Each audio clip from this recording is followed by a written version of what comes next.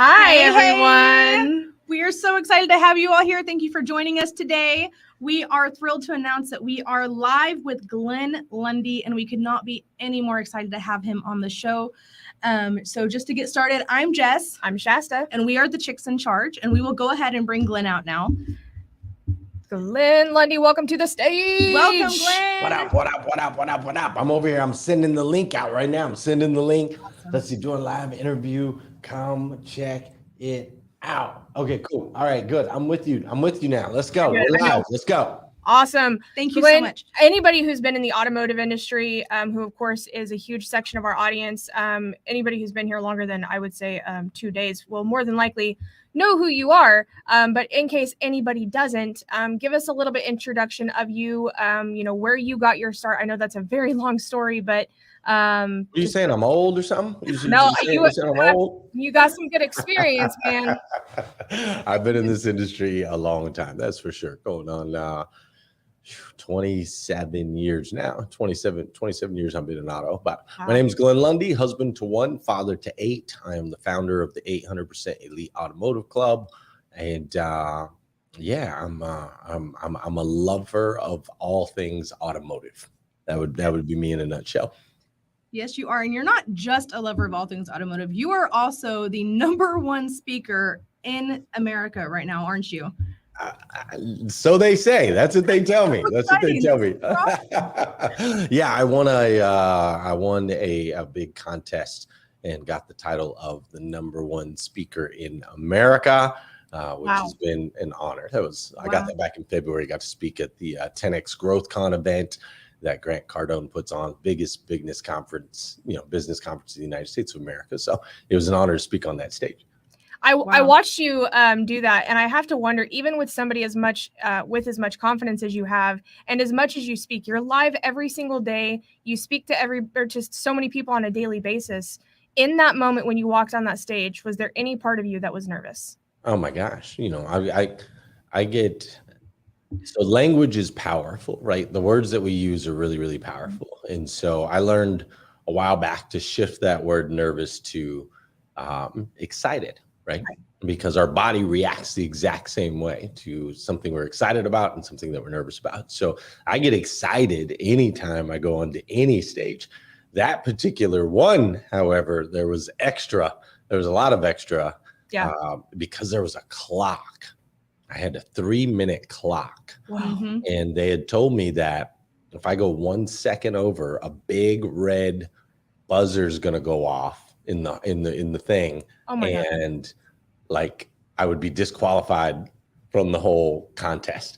So normally when I speak at an event, they're like, you have 45 minutes. I'm like, okay, so I've got 45 to 47, maybe 49. If we're feeling it, we can go a little long, but it's never down to the second. Whereas this event was literally down to the second. And so that created another layer of how do you, leave the impact that you want to make in a very, very, very small amount of time. So yeah, it was awesome. Yeah, no pressure. Yeah. And you did make an impact. And it's funny. I watched it, and Elena had said that you made her think, and everyone there, even Grant, got teared up and said, you made him reconsider and think about who he was. And I was sitting there thinking, I'm like, God dang, who am I? Like, and it's, we consider ourselves to know who we are. We read the books, we listen to the podcast, we do the things. And even somebody as in touch with ourselves as we are, like, 3 minutes, you did that to us. So it was super impactful. Well, thank you. Yeah, it was, I was really shocked. Initially, I thought I was talking about, a story of kind of black, white, just my experience, right? But after being on that stage, there were thousands of people that reached out and said, like, I battled that too. I was born in Scotland, but I grew up in Switzerland, or I was born with money, but I grew up in poor neighborhood, or like everyone, it seems that reached out at some point in their lives had some sort of identity issue where they didn't feel like they belonged, right? And I think it's even more rampant nowadays with things like social media and highlight reels and all this comparison and so on and so forth. So it was I was thankful that God put that message on my heart to share, and it seemed like it made an impact because I won. Let's go. Yes, So awesome. We're amazing. so excited for you. And you earned every bit of it. That Yes. was phenomenal. Oh, well, So I have a little bit of a fun question for you that we're curious Sure. about. Right now in this moment, if you could have tickets to any concert or see anybody speak or tickets to anything at this point in time, what would it be to? Oh man, I don't know because I usually if I want to go see something, I figure out a way to make it happen, right? So I think probably Taylor Swift, like Okay. that concert, what they've done, what she's done for that brand, Mm-hmm. and from the marketing side of it. I was gonna take my daughter, but it just didn't work out timing wise. But Taylor Swift she's just a legend. She's an icon, man. So I'm inspired by her gift, and then I am inspired by her business savvy, or at least the business savvy of the people around her. I think it's absolutely incredible. So front row, little Taylor Swift action. I think those tickets were like 20 grand a piece or something. So front row, Taylor Swift. That would probably be it. So if you got extra tickets, just let me know. I'm your guy. Sounds like Glenn needs to take his daughters on a daddy-daughter date to a Taylor Swift concert. So we looked it up. I was going to take Savannah, and the cheapest ticket in the house was like $5 grand, like cheapest ticket, like nosebleeds. Right. Now you got to remember, I got 6 daughters. Yeah, I got 6 of them. All right, so you have to be careful putting things out like take his daughters. No, it's like a daughter. That's how that works. There you go. Chris has a good idea. He says go to Europe for Taylor. It's way cheaper. Oh. Ooh. Yeah, that's actually smart, Chris. I'm actually that's a good idea. We'll look that up. I'm taking my daughter Savannah to Italy in September for her birthday. So maybe Taylor will be over there somewhere at that time. That'd be great. That's exciting. Robin says do the daughter lotto. Yeah. They each get their turn. They all get to do pretty amazing things. We try to we have a big family, and so it's very important to me that each of my children still feel their individuality and are allowed to be individuals. And so every year I take each of my kids on a little 48-hour daddy-daughter. They pick the location. They're allowed to pick anywhere they want, but they have a 48-hour window. So I'm like, if you pick, California, it's going to take us 14 hours to get there and 14 hours to get back. So that only leaves you like 20 hours. So normally they pick, places fairly close, Disney World or things like that. But every year I try to do 48 hours one-on-one with each of the kids so that they can get that individual experience. That reminded me of whenever Adam Marburger posts pictures of his daughter like in front of Gucci or Louis Vuitton. I could not imagine having 6. Oh my gosh. I have 3. 3. Adam's daughters are great, man. Adam came out. He brought his daughters to we have a big 4th of July event at our house every year. It's my favorite holiday. We have a big event. We invite the community and friends and family and so on and so forth. And Adam Marburger brought his wife, girlfriend, and then their kids, and they came out and spent a couple days with us in Kentucky. It was amazing. They're incredible young ladies, absolutely incredible young ladies. Awesome. I've heard about your 4th of July event. It's famous, I think, automotive worldwide. It is. It's a pretty big deal. We go all out, live band and bouncy houses for the kids and ridiculous fireworks show because I'm ridiculous when it comes to that kind of thing. And Janelle went one year, I believe. Yeah, the Roper Kia crew. Yes, Roper Kia has come out. That's how we roll. 4th of July. That's our day. So that leads into, making sure that you have all this time with your kids, your daughters especially. What is the hardest balance with as much time as you give to your dealers, to the people who follow Rise and Grind, and with having 8 kids, a devoted wife? What has been the hardest part for you of finding a work-life balance? Oh, that's a good question.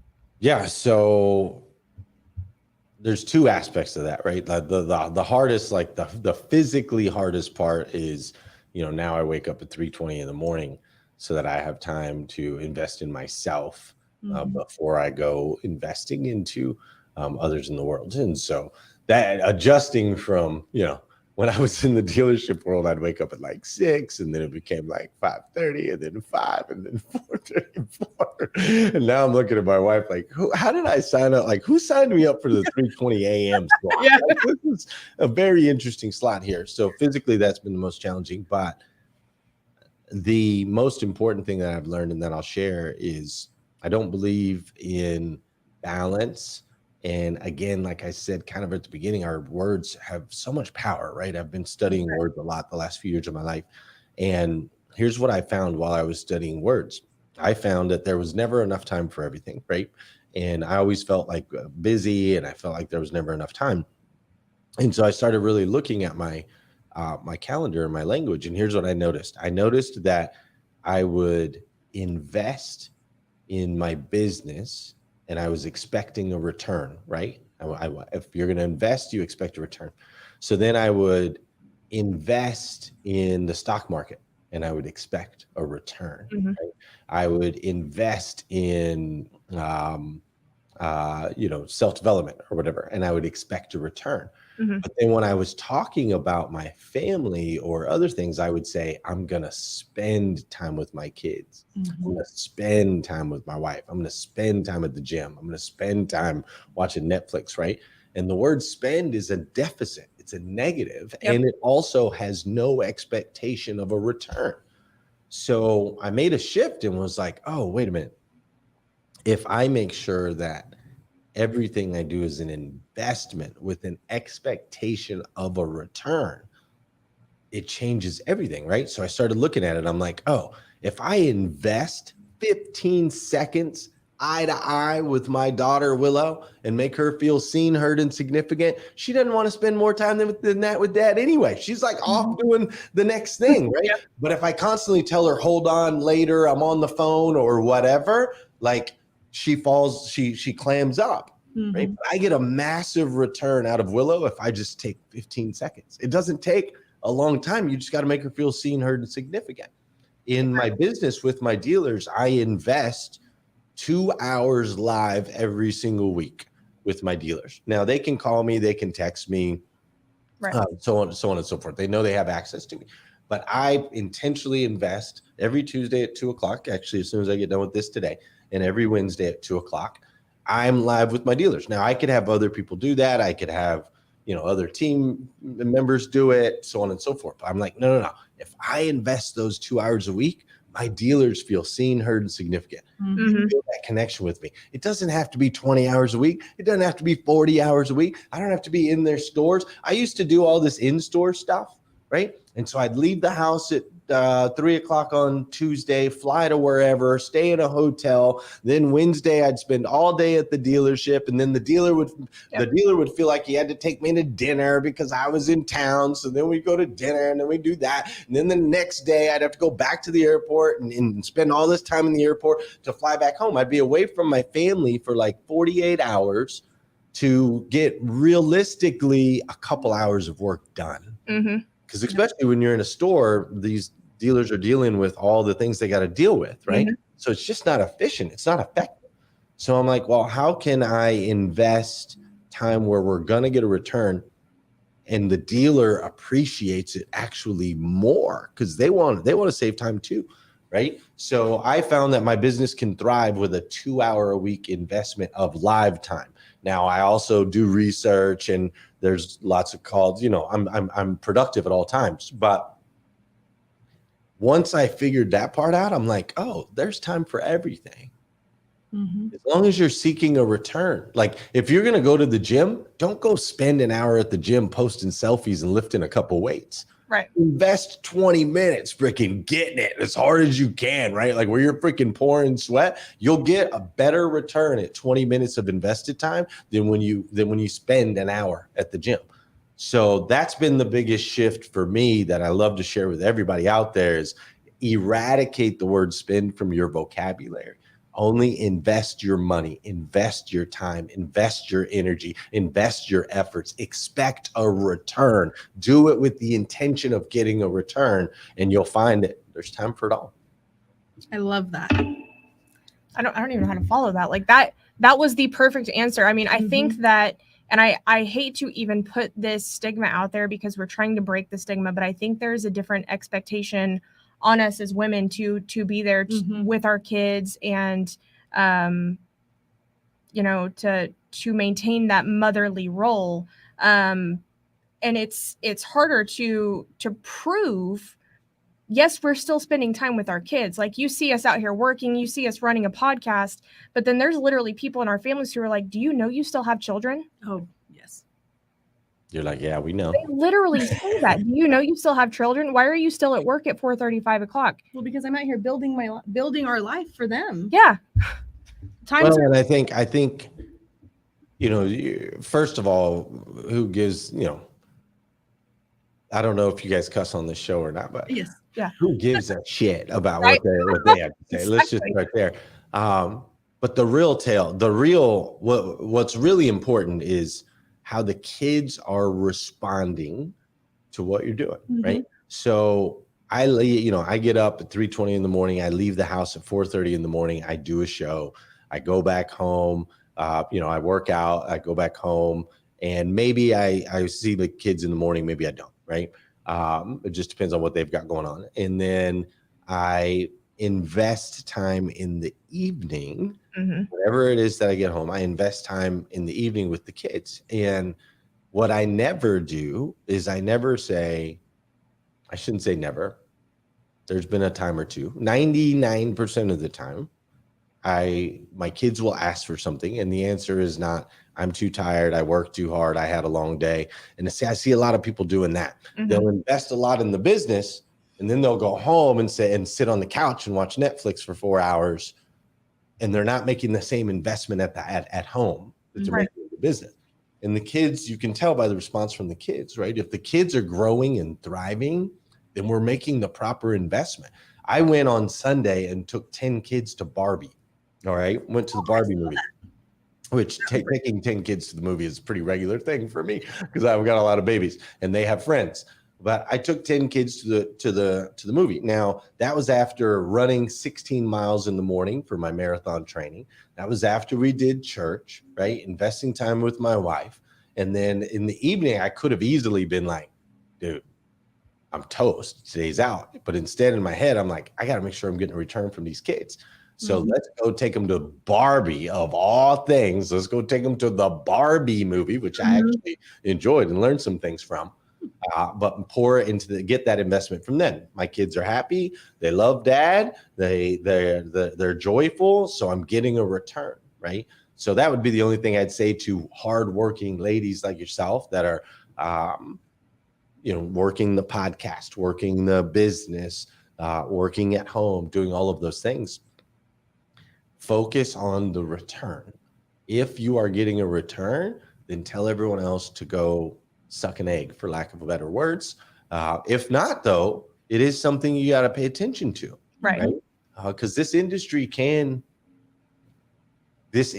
is known for divorces, estranged children, affairs, all of these things, and it springs from going to work at 8 o'clock in the morning, coming home at 9 o'clock at night, and working 6 days a week, and then blowing off all your other priorities along the way.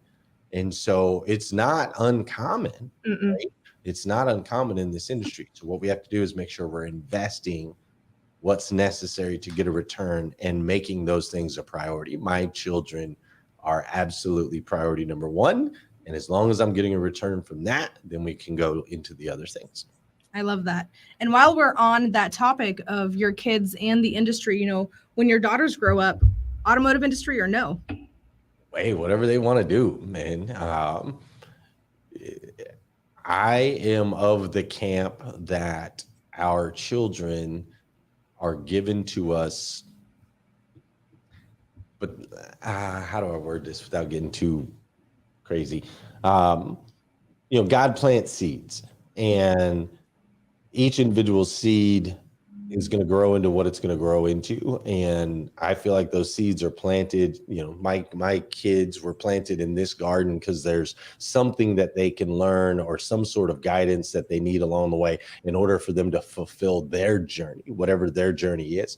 So it's not my job to point them in a direction. Instead, it's my job to like, I watch my kids. I stare at my kids. I'm like, what is that kid good at? What do they seem to naturally be compelled to do? My daughter, Savannah, she's a natural leader. She's always choreographing things. She's great with all her brothers and sisters. Like, she's natural. So she comes with me, you know, when we go to dealerships or on trips, speaking events, things like that, because I know she's a leader. So I just want to sprinkle all that leader dust around her and let her know that she can lead her whole life. She doesn't have to follow a single time if she doesn't want to, but maybe she chooses to lead in business. Maybe she chooses to lead in her home. Maybe she chooses to lead, you know, that'll be up to her. So I would love for all of them to continue on in the automotive industry. I think it's the best industry on the planet.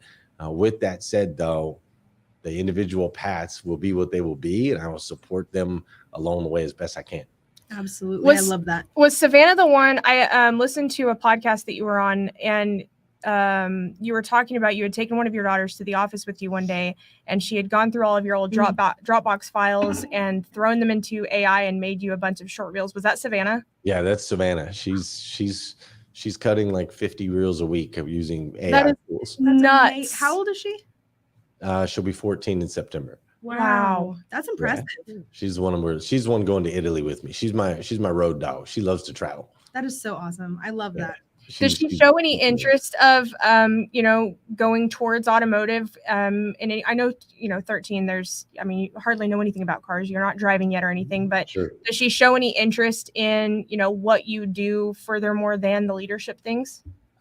She's very interested in the business, and she likes money like her daddy. So she's interested in the business. And I think to her, like, when she looks at my life, I think she looks and goes, Dad's got pretty cool life. Like, Dad's traveling, he's in these places, he's at these events, he's around these people, so on and so forth. So I do see the glimmer in her eyes around the auto industry. Now, keep in mind, she has a very surface level image of what the auto industry is. So we'll see as it goes forward. But I could see her, stepping over into this realm. My son, he likes to hang out and do a lot of that stuff too, but he's a different cat. Like, he'll tell you straight up, like, he wants to be a farmer. He wants to own his own cleaning service. Wow. He's a farmer, cleaning service, preacher, and maybe own a car dealership is what he told me. And maybe, I think he just threw that one in for Dad. Yeah. But he's very different. He's 11. Awesome. Yeah, he's 11. He's a hard worker. Like, Savannah is incredibly talented at everything, but doesn't necessarily have high drive work ethic. Like, that's not her natural thing. She would rather delegate. Just you go do. My son's the opposite. He's never naturally gifted or talented, like in athletics and whatnot. He's never naturally gifted or talented. And so he usually starts every season as one of the lower players on the team, and he ends every season as the best player on the team because he just outworks everybody. Like, he will just work. Like, he loves to freaking work. That's awesome. I love that. Give it to me, I'll get it done. And so we do that. Like, in our house, things are not, balanced. All the kids have different chores. Joel does more work around the house than anybody.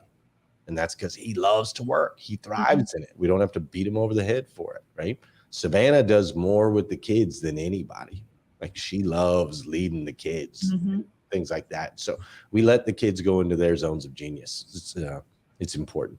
It's got to be just the most fun thing with having 8 kids, just watching their dynamics with each other and watching all of their different personalities. Like, I only have 2, so I only have 2 personalities to watch, and they're almost identical. But watching 8 different personalities that come from, being raised the same in the same household, and just watching them just go all sorts of different directions and have such different personalities, it's got to be wild. That's how honestly, that's it's like watching I knew God was real, but like, God's real, bro. Yeah. Like, if you can have all those people in the exact same environment and they literally are all completely different. And that to me is like, okay, so it's not environmental, it's not genes, You know, you can't, they have the same genetics, the same parents, they live in the same house, they go to the same school because they're all homeschooled. Like everything's the same, and no two of them are even close to the same in personalities. It's amazing. That's awesome. I love that. I do too. You're such a lucky dad. I agree. That's amazing. You have such a beautiful family. And I know that, you know, you have your own chicken charge at home. You know, Leslie is superhuman. She's superhuman. I mean, I think I saw somewhere that you said that she had been pregnant or breastfeeding your entire marriage. Yeah. So she just stopped nursing Caroline, I guess about 6 weeks ago. So up till that point, she had been pregnant or nursing all but 5 months out of the last 15 years. Wow. That's a lot. Yeah. My heaven. Crazy, right? And she homeschools, doesn't she? She homeschools all of them. Yeah. Through that whole time too. Yeah. Or most of that time anyways. I'm Yeah, like, she's been homeschooling. So Savannah's 14. She's been homeschooling for 8 years now. Yeah. imagine. Nothing to make me feel like an underachiever. I know. I'm like, That is amazing. Like I think that. that Just Glenn to and think that Leslie one just- human being can do all of that in such a short amount of time, like, is almost inconceivable. It really is investment, man. I'm telling you, this understanding the difference between spending and investing is a game changer. So public school, typical public school, right? And especially if you have a bus rider, right? Kid leaves at whatever time, 6:30, 7 o'clock in the morning, catches a bus, goes to the school. Once they get to the school, then they got to walk to their locker. They got to go do the thing. They got to walk to their class. They got to so on and so forth, right?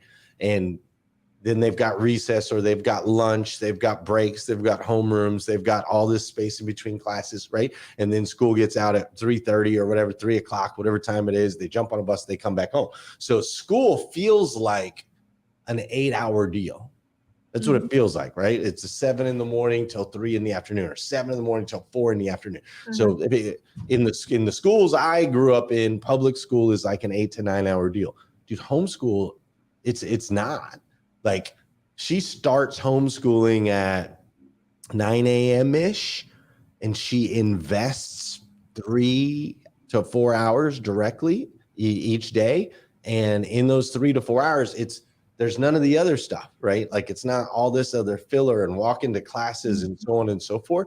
So my wife takes a 2 to 3 hour nap 4 to 7 days a week. Like, nice. she gets a nap. Like, the time is there because she invests in the kids, right? She invests time in herself in the morning. She invests in the kids, and then she gets a nap to keep rolling, right? And then she'll get up and she'll do dinner and she'll do her garden and all the other stuff. But she understands that things don't take as long as we make them out to take if you're intentional about it. And my daughter just tested. We were a little nervous because she did a test. She's going into a co-op program where she'll be homeschooled, but then she'll also have a classroom type school. And she tested to see if she could be in pre-algebra. And we were all a little nervous because this is her first like test versus, kind of the schools. And they came back and they were like, she should probably test for regular algebra. So she went and tested for regular algebra, and she got into regular algebra, right, at 13 years old. And so at 2 to 3 hours a day consistently over the last however many years, she's just as adept, if not more, than a lot of other kids her age in these subjects. And it doesn't take 8-9 hours a day to do it. And it took half the amount of hours in a day that any other kid. That's right. Wild. How much time are we wasting at school doing crap we don't need to do? Dude, it's a lot. When you really start to look at it, it's a lot. Now, don't get me wrong. There's benefits of friends and relationships and the conversations in the hallways. But, we have a lot of kids in the neighborhood. So our kids are very socialized, and they're in gymnastics and dance and soccer and, all of those things too. But I think it's actually interesting. I was watching a thing this morning. So Henry Ford is known to be the founder of the 40-hour work week. right? I've heard that. Mm-hmm. And that was back, they came out Model T, and so, all started in 1903, and from the factory assembly lines, Industrial Revolution, 1920s, fast forward, it's been 100 and something years. And we are all still functioning like on this clock that was created 100 plus years ago by these factories, right? So we're attaching our value to time. We're attaching results to time. And technology has evolved so much. I mean, look at the auto industry. Mm-hmm. 1973, NADA said a good car salesperson will sell you 10 to 12 cars a month, right? They said that back in 1973. That's one car every 2 to 3 days. Well, if you look at our industry and 90% of the dealerships in the country, guess how many cars salespeople sell? 10 to 12 cars a month, one car every 1 to 3 days. Why? Because that was the model that was released back then. Well, you would think 50 years later, with internet, social media, AI tools, with all of that, you would think we'd be able to sell more cars now than we sold 50 years ago. Right. But it's not the case, because everybody's still attaching things to time. Yeah. And not investing the time to say, how can we do this more efficiently, leveraging tools and technology in a powerful way, so we don't have to run from 8 in the morning till 10 o'clock at night, 6 days a week, and a lot of stores open on Sundays, right? Like it doesn't make sense for a dealership today to be doing the same as they were 5 years ago, 10 years ago, 15 years ago, 20 years ago. Like, it makes zero sense. Your efficiency should be getting better.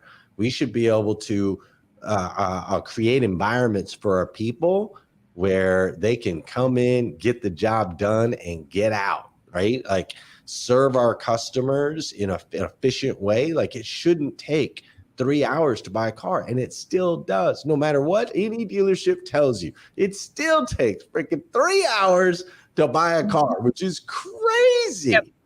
It's nuts, man. 2 full-length feature films. And that's if the customer knows what they want. If they don't know what they want, it takes even longer, right? So it's just really interesting. Once we started to examine some of these beliefs that we have, it's like, oh, wait a minute. These things don't take that much time. And people will pay you more the faster you can get them a result. That's what's funny, right? Because everyone else is like, I need more time. So get me a result. I'd rather pay, I know I'm talking a lot. I'm sorry. Oh, you're okay. No, you're okay. We're enjoying it. I'll pay, I think it was 𝗦𝗣𝗘𝗖𝗜𝗓 who was talking about this. Like, the reason people, does anybody, I'm guessing there's some people watching. If you have a membership to a gym, go ahead and put it down there in the chat. If you have a membership to a gym, there's now also put in the chat if you actually use your membership to the gym. Go ahead. Yeah, most people don't, right? So it's crazy when it comes to fitness. People don't want to pay much, right? A membership to a gym's $19 a month, $29 a month, $49 a month, whatever it is. And that's because the promise of a membership of the gym is, if you come to the gym every day for a long period of time, you will get fit, right? Like, that's the promise of the gym. So people don't pay much for that, because they're like, oh, that's a lot of work and it's going to take a lot of time. So I'll maybe get a membership, but I'm not paying much for that, right? Then you look at something like liposuction. They're like, hey, it's $5,000. You're going to go to sleep for an hour and you're going to lose 50 pounds. And people are like, yeah, I'll do that. I'll pay $5,000 for that, because I don't have to do any work and it doesn't take any time. Well, the same is true for us in business. If you can get somebody a result faster, they will pay more for it, because they value that, right? They value that time. So those are some of the things that we've worked on in our home and our business, and that we've learned over the last few years that help increase these efficiencies so we can get more done. Yeah, and that comparison, I had actually heard you make that same comparison in another podcast, and that was so eye-opening to me, because honestly, a few months ago, I probably would have been in the same boat. Like, I would have been yes, take the 50 pounds off of me now, because I would constantly say, I don't have enough hours in the day. Like, I just can't do it. And I'm totally talking to the wrong person when I say I don't have enough hours in the day, but I wasn't prioritizing my time and, making the investments where I need to make. And it's a problem with everybody. Like, they don't know what you can do with an extra hour, with an extra 20 minutes here and there, where you can fit that exercise in and burn those extra calories and do those extra things. It doesn't even have to be a gym. I do more workouts at home and walking around my neighborhood. We have a whole bunch of dumbbells and exercise stuff at our house. I've had a gym membership for 3 years, and I think I haven't gone in 2. And I'm just too ashamed, because I know the owners. I'm too ashamed to go cancel it. Right. Like, Right. that's what it is. And like, sorry. But yeah, it's discipline. I don't want to drive to the gym because it's further away from my house now that I don't live near there anymore. And I would rather just go walk around the neighborhood or do the workout at my house. It's a lot of work. It's not convenient, right? Exactly. It's not convenient. And we understand that as a consumer, but yet in the auto industry, we're still doing everything in our power to inconvenience people and wondering why they're asking for discounts or beating us over the head or why our margins are down. And it's the exact same thing, man. If it's inconvenient, then people, it's not as valuable.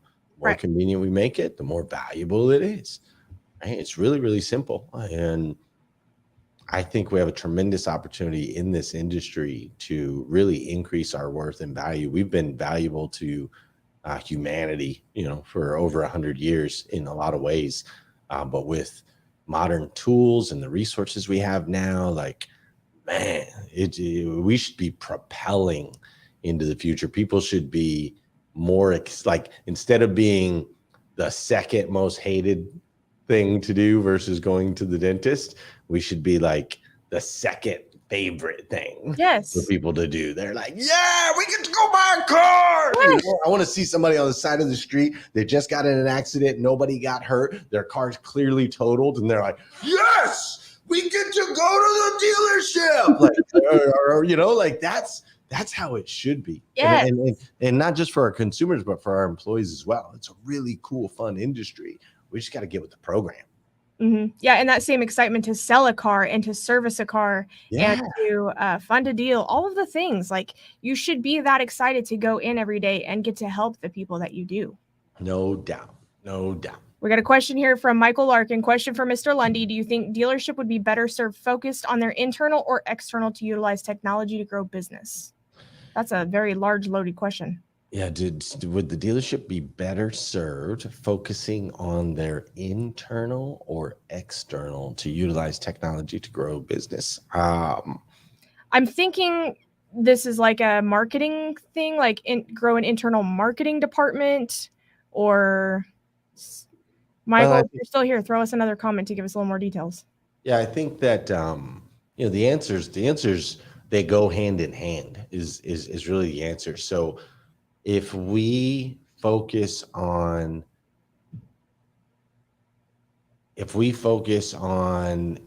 utilizing technology better internally, right, then our employees get a better experience, which ultimately trickles down into a better experience for the customer, because the happier our employees are, the happier the customers are going to be. And effectively, that technology will trickle to the outside. Now, on the other side of that, if we focus on external technologies, making sure that the customer's experience is seamless, right? Then at that point, it makes our employees happier too, because the customer's happier and we're selling more cars. So they kind of go hand in hand. You can work it from both sides. The key is to be intentional about investing time with an expectation of a return on that investment in moving the dealership forward as an entity, right? Yeah. The consumer experience, the employee experience, the owner experience, all of that should be moving in a positive direction as a whole. That's a great answer. Mm-hmm. Oh, well, thanks. Love that. Michael, if you have any follow-up questions, pop it back in there, but I didn't see you pop anything else in, so I hope that answered it. So every time you move your head, I see a little something behind you. I was waiting for you to point that it out. I need to address. Do a little bob and weave for me real quick. No? You don't want to? Did you just mute yourself? Oh, I didn't mean to. Oh, okay. I muted while I was drinking. Yeah, that thing behind you there. So I don't know if you know this about us, but we're conveniently located in Missouri, and Yeah. that makes us Chiefs fans. What'd you say? It makes you cheater fans? Oh. Cheat fans? Did you say cheat fans? Oh, he's going with fighting words already. Dang. I thought, is that not what you said? I'm sorry. Maybe I heard that wrong. It sounded like you said cheat fans. Super Bowl winning champions? Is that what you said? Yeah, multiple times. No, you guys, Patrick Mahomes, that whole team is phenomenal, man. Oh. Like, absolutely incredible. So fun to watch, so entertaining, yes. So great for the NFL. Like, I love it. I love what you guys are doing out there. You know, I am a victim of Raider fandom and have been for 40 years. And so it runs in the blood. And every time I think about getting rid of, the Raiders, then my daughter or all the kids, they remind me that like every gift anybody's ever given me for the last 20 years of my life is something Raiders, right? I got autographed Raiders helmets and pictures and frames, and we've got all the jerseys and the clothes. And so my daughter's like, what are you going to do? Just throw all those gifts out? I'm like, yeah, I guess we'll stay a victim of Raider fandom for a while longer, but that doesn't mean we can't respect and appreciate Patrick Mahomes and the rest of that team, man. It's really been a phenomenal run the last really 7 years. Yeah. Mm-hmm. And I mean, there's so many good teams. I mean, this last season was so phenomenal to watch as, the last round of quarterbacks retire. Roethlisberger's out, Brady's out. We still have Rodgers, and he's hanging in there as long as he can. But, we've got a lot of people making some moves in there. And as a Raiders fan, or do you actively watch during the seasons? So I will invest. I know you're busy is why I ask.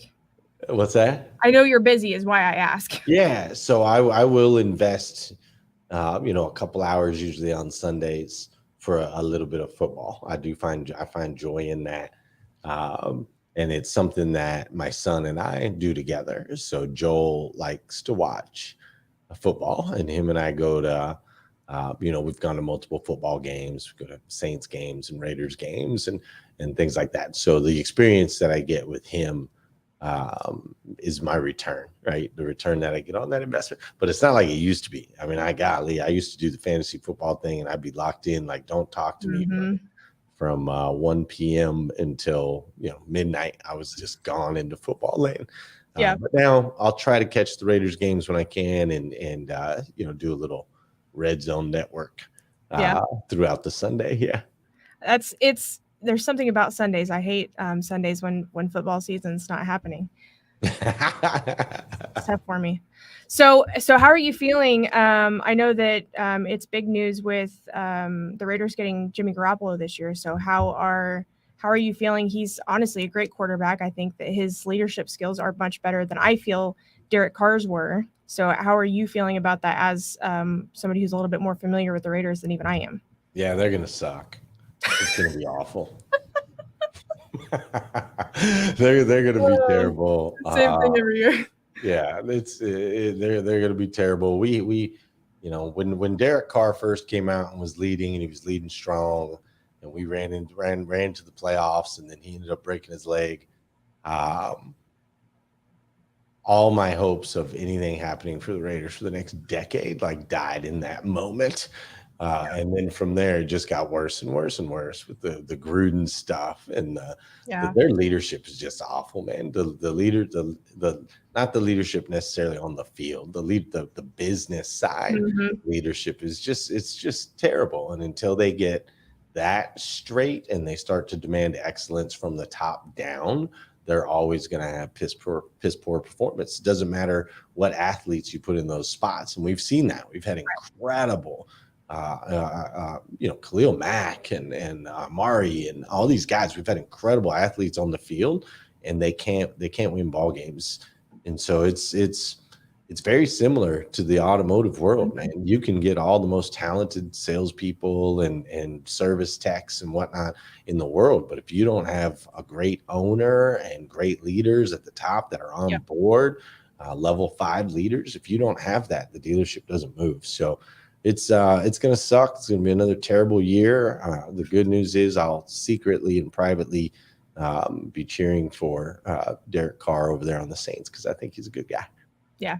it is, I've never really thought about the comparison of the automotive industry to football, but now that you say that, I'm like, the gears are turning. I'm like, wow, it actually is very similar. And the structure of, teams being built and that leadership does have to be invested from the top down. And I think that is one of those things that makes, I hate to say it because I'm always going to sound like a bandwagoner right now talking about the Chiefs, but it's one of the things that makes the Chiefs organization great from the top down, even to Andy Reid, to Patrick, to even the rest of the captains on the team. They all carry that level of love and leadership for each other and that sense of teamship that they need to push each other forward. Yeah, absolutely. It's And the same thing. For just a second, I'm going to step out. I keep having a coughing fit. I don't want to keep interrupting. So I'm going to step out and let you finish it. Okay. Oh, okay. I'm so sorry. She's jumping ship. I'm sorry. I'm watching. Okay. She's watching from out there. So she's been battling a cold for like a week. And the last show we did, she had to do the same thing. And she's like, she's literally got cough drops right here. She's like, I hope to God I don't start coughing during the show. I hope to God I don't. Oh, poor thing. Hey, it's all right. It's all good though. It's all good. At least she's still watching from out there. So, but yeah, it's football is one of those things that it's so fun. God, I hate summertime when we don't have football. Like I'm counting the days until it's back. I'm ready for it. Yeah. It's great. And as a company, they've done incredible things with the brand. I've got a lot of respect for the NFL. I actually do a training in my 800% Club automotive group. I do a training called Building a $76 billion Organization, because that's what the NFL is. They're worth $76 billion. And if you really think about it, there's a ball and there's a field. And with a ball and a field, obviously injecting people and players and athletics and so on and so forth, they were able to build a $76 billion organization that owns a day of the week, owns a night of the week with Monday Night Football, and is on its way to owning Thursdays if they can get that figured out, right? But if at its simplest form, it's a game with a ball and a field. If they can do that with a ball and a field, why can't we build $76 billion organizations in the automotive industry? We've got cool cars, we've got amazing products, we've got we can involve and engage even more people. Everybody buys a car at some point or another in their life. 95% of humans in America anyway are going to end up buying a vehicle, and so football is only caters to a smaller audience, really, an audience of people that like sports or, are connected to somebody that likes sports. So we really break down what the NFL has done in order to build a $76 billion organization, between the way they highlight their players, between the community efforts that they do, the stories that they tell. NFL Films is one of the most famous film companies in the history of film, because they put together these incredible stories, right, that are captivating for anyone to watch. Whether you're a football fan or not, just the story of Jerry Rice attacking the hill, right? Story of the player whose mom, was showing up and putting her headlights out on the field every night so that he could run his suicides, right? Like, these stories are so captivating that NFL Films has done that it draws in a huge crowd. So we do those comparisons, because nowadays, before NFL Films, back in the 70s or whatnot, not everybody had a camera in their pocket. Dude, now we've all got getting cameras is easy, right? That part's easy. Filming's easy. Editing's easy. Putting together stories is easy. We have the characters. It just takes somebody with the intention to say, okay, hey, we're going to tell these stories and we're going to do it in a powerful way in order to be able to draw more people to our brand, right? So it's eerily similar because you have all the different positions from owner to GM to offensive coordinator, defensive coordinator. You know, you've got all these different positions, just like you do in a dealership. It's Exactly the same. And if everybody takes responsibility and looks at things that way, you can build a really massive organization that makes a massive impact in the community. I think that is a really good comparison. And I'm thinking of all the ways my marketing brain is like going at the same time of all the ways that dealerships can do the same thing and ways that I've seen dealerships do that and share stories of customers, you know. And I think I see it more so. I was raised in subprime dealership, but it comes from those subprime stores where it's, you know, a single mom that, you know, her car crapped out on her that was 12 years old, and she's got to get the kids to school. She's got to be able to do all these things, but she's got bad credit because, you know, medical bills piled up and all these things. And this is the story they get to tell, of course, you know, with her permission. But we got her approved. We got her in this brand new vehicle. We can do it for you too. Right. And even better if she can be the one to tell the story. Yeah, for sure. For sure. And then your players, right? Like we fall in love with the players. We fall in love with the players only in part because of what they do on the field. Mm-hmm. We fall in love with the players because of the stories that the NFL tells us about them and shows us. Whenever you see NFL players in commercials, where do you see them? You might see a highlight of them on the field, but then you see them in an apron serving in a soup kitchen. You might see a highlight of them on a field, but then you see them with a bunch of kids at a camp throwing footballs, right? Like the NFL does a phenomenal job of showing us these players in community as real life human beings that we can connect with, not these elite superstars that we can't even imagine or fathom what their life's like. No, they bring us inside, right? They connect us. They do stories on their kids and their spouses, their charities, their foundations, the things that they believe in. This is what we should be doing, man. You got all these people in your stores that care about things, right? Yes. Let's highlight that. These are your neighbors. We had an episode on this a few weeks back that was all about your community is your neighbors. It's the parents of your kids' friends. It's your kids' teachers.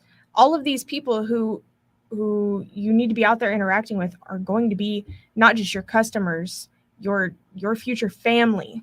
Right. Because it's not just customers. These are your family. These are your forever customer base that are going to come back and service with you, come back and buy with you. And being a part of that community is giving back to them and showing them, you know, for one, that you're grateful.